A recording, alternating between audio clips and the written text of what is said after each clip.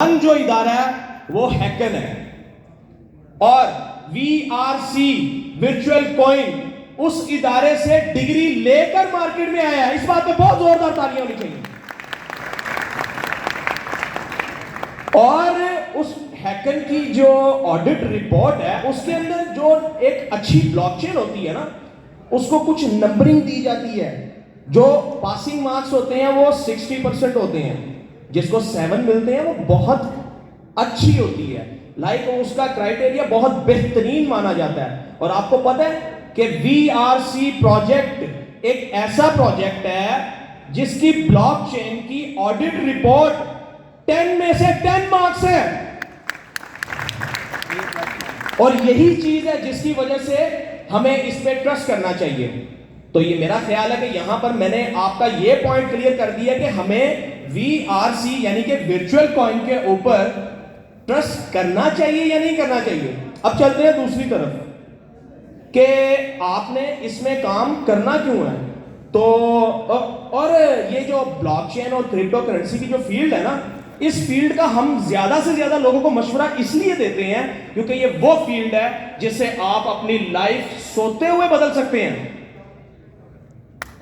سب سے بڑی مین بات کہ آپ سوتے ہوئے اس سے اپنی لائف چینج کر سکتے ہیں.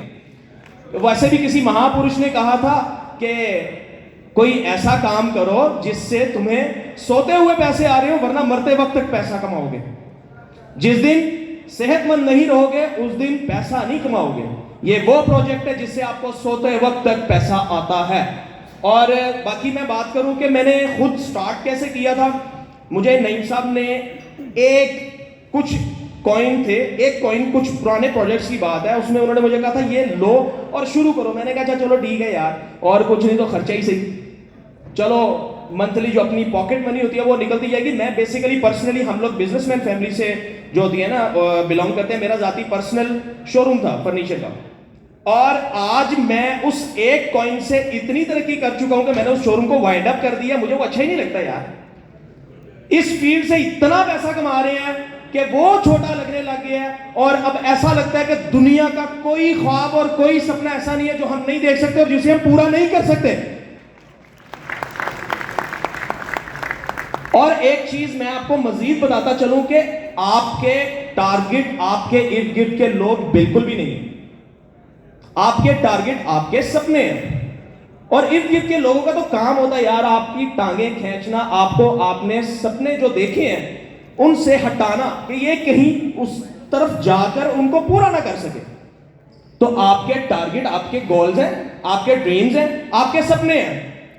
آپ نے ان کو پورا کرنے کے لیے محنت کرنی ہے, ان کو ٹارگٹ بنائیں.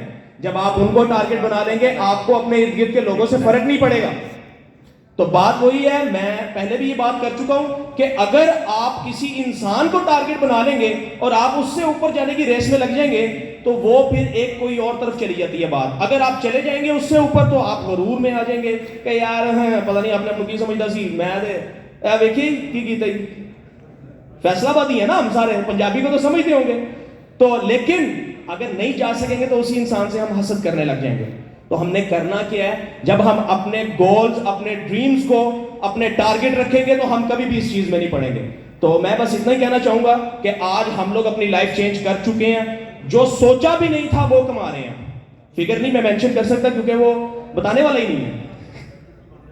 ٹھیک ہے, تو بات یہی ہے کہ آپ لوگ بھی اس جگہ پر آ کر یہاں پر اسی فیلڈ سے کما سکتے ہیں. اور وی آر سی کیوں, اسی لیے میں نے آپ کو وی آر سی کے بارے میں بھی سٹارٹ میں ہیکن کا اور ڈی سینٹرلائزیشن کا اور بلاک چین کی آڈٹ رپورٹ کا بتایا. Thank you.